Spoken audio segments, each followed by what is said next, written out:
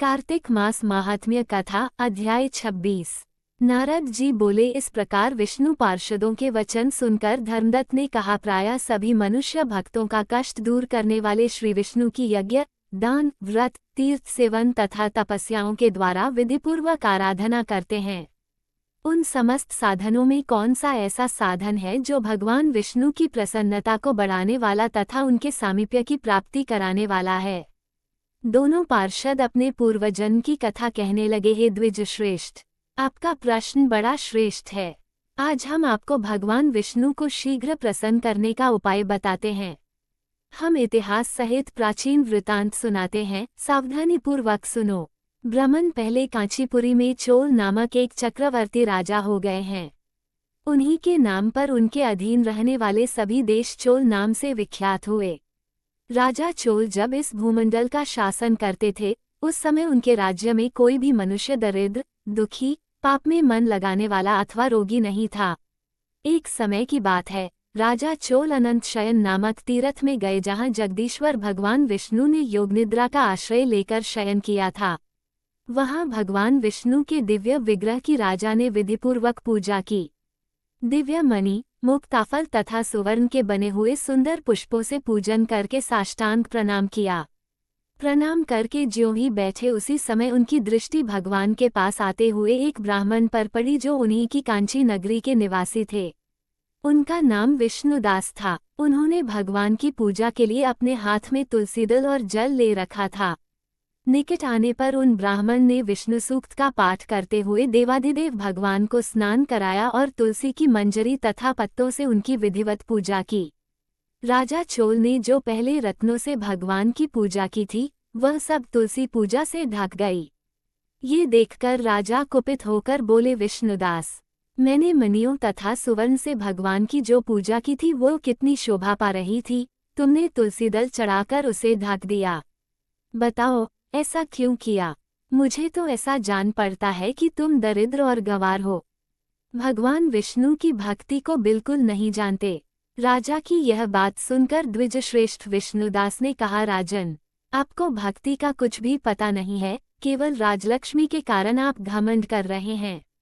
बतलाइए तो, आज से पहले आपने कितने वैष्णव व्रतों का पालन किया है? तब नृपश्रेष्ठ चोल ने हंसते हुए कहा, तुम तो दरिद्र और निर्धन हो, तुम्हारी भगवान विष्णु में भक्ति ही कितनी है। तुमने भगवान विष्णु को संतुष्ट करने वाला कोई भी यज्ञ और दान आदि नहीं किया और न पहले कभी कोई देव मंदिर ही बनवाया है। इतने पर भी तुम्हें अपनी भक्ति का इतना गर्व है।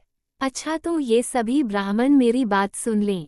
भगवान विष्णु के दर्शन पहले मैं करता हूँ या ये ब्राह्मण? इस बात को आप सब लोग देखें, फिर हम दोनों में से किसकी भक्ति कैसी है, ये सब लोग स्वतः ही जान लेंगे। ऐसा कहकर राजा अपने राजभवन को चले गए। वहां उन्होंने महर्षि मुद्गल को आचार्य बनाकर वैष्णव यज्ञ प्रारंभ किया।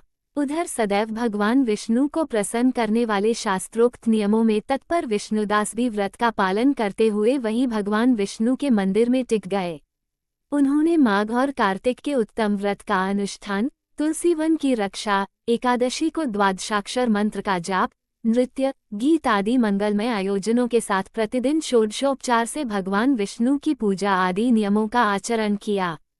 वे प्रतिदिन चलते, फिरते और सोते, हर समय भगवान विष्णु का स्मरण किया करते थे। उनकी दृष्टि सर्वत्र सम हो गई थी। वे सब प्राणियों के भीतर एकमात्र भगवान विष्णु को ही स्थित देखते थे।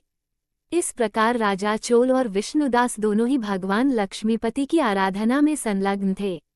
दोनों ही अपने अपने व्रत में स्थित रहते थे और दोनों की ही संपूर्ण इंद्रियां तथा समस्त कर्म भगवान विष्णु को समर्पित हो चुके थे।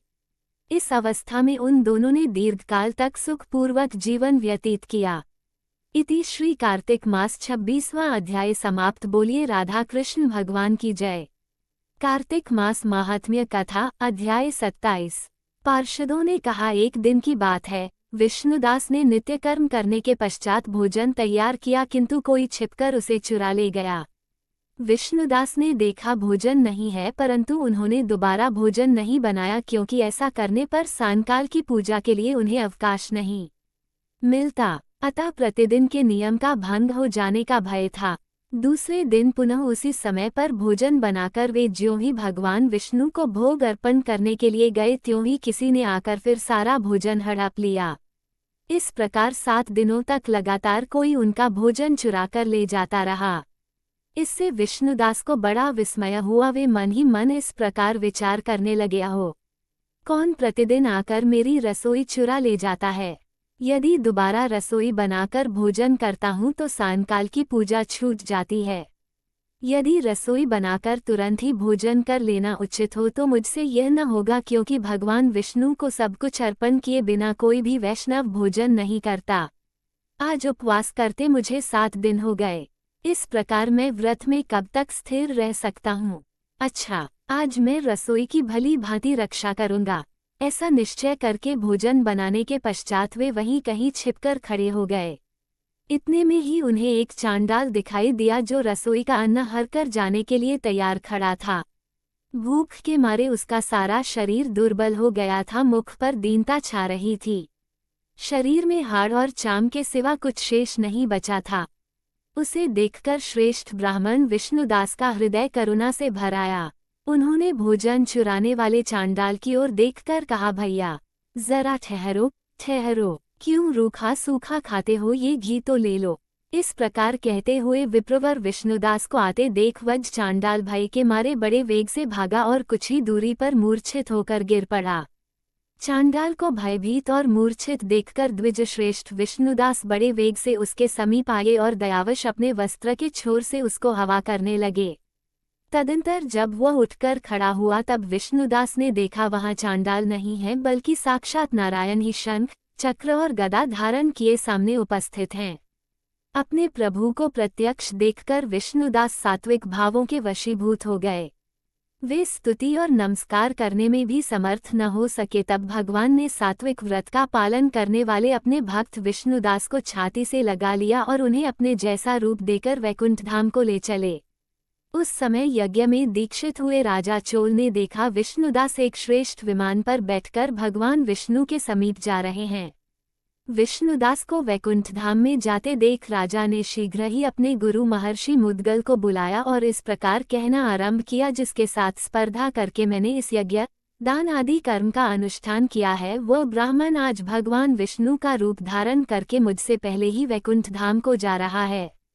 मैंने इस वैष्णव धाम में भली भांति दीक्षित होकर अग्नि में हवन किया और दान आदि के द्वारा ब्राह्मणों का मनोरथ पूर्ण किया, तथापि अभी तक भगवान विष्णु मुझ पर प्रसन्न नहीं हुए और इस विष्णुदास को केवल भक्ति के ही कारण श्रीहरि ने प्रत्यक्ष दर्शन दिया है। अतः जान पड़ता है कि भगवान विष्णु केवल दान और यज्ञों से प्रसन्न नहीं होते, उन प्रभु का दर्शन कराने में भक्ति ही प्रधान कारण है। दोनों पार्षदों ने कहा। इस प्रकार कहकर राजा ने अपने भांजे को राज सिंहासन पर अभिषिक्त कर दिया।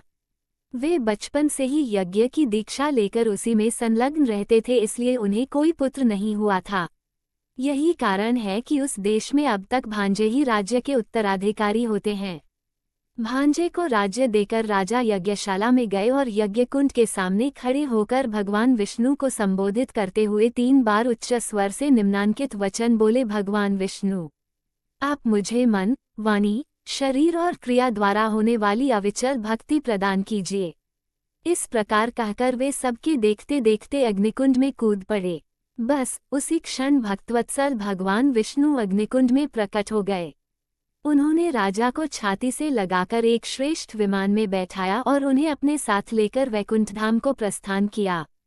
नारद जी बोले, हे राजन, जो विष्णुदास थे वे तो पुण्यशील नाम से प्रसिद्ध भगवान के पार्षद हुए और जो राजा चोल थे उनका नाम सुशील हुआ।